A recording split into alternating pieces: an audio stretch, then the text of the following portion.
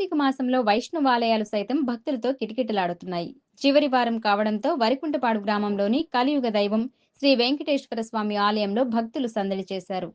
ఉదయాన్నే స్నానాలు చేసి ఆలయానికి చేరుకున్న భక్తులు దీపాలను వెలిగించారు. కార్తీక మాసంలో శివుడితో పాటు మహావిష్ణువుని ఆరాధించడం వలన త్రిమూర్తుల అనుగ్రహం కలుగుతుందని శాస్త్రాలు చెప్తున్నాయి.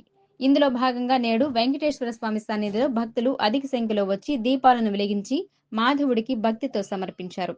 అనంతరం స్వామివారిని దర్శించుకుని గోత్ర నామాలతో అర్చనలు చేయించుకున్నారు. స్వామికి కర్పూర హారతులు ఇచ్చి మొక్కులు చెల్లించారు. పూజా కార్యక్రమాల అనంతరం అన్న సంతర్పణ ఏర్పాటు చేయగా భక్తులు వినియోగించుకున్నారు.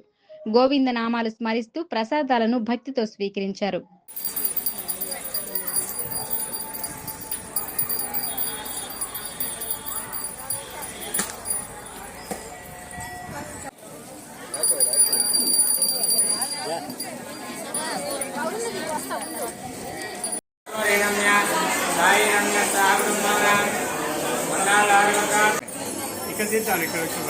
ఎదరగా పెట్టుకోండి, అవతల పక్క కొంచెం వెనక్కి జరిగి మీరు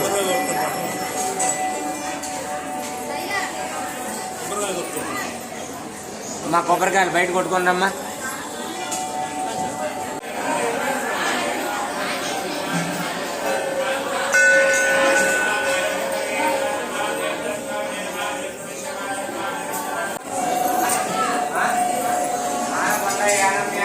పట్టుకోమా.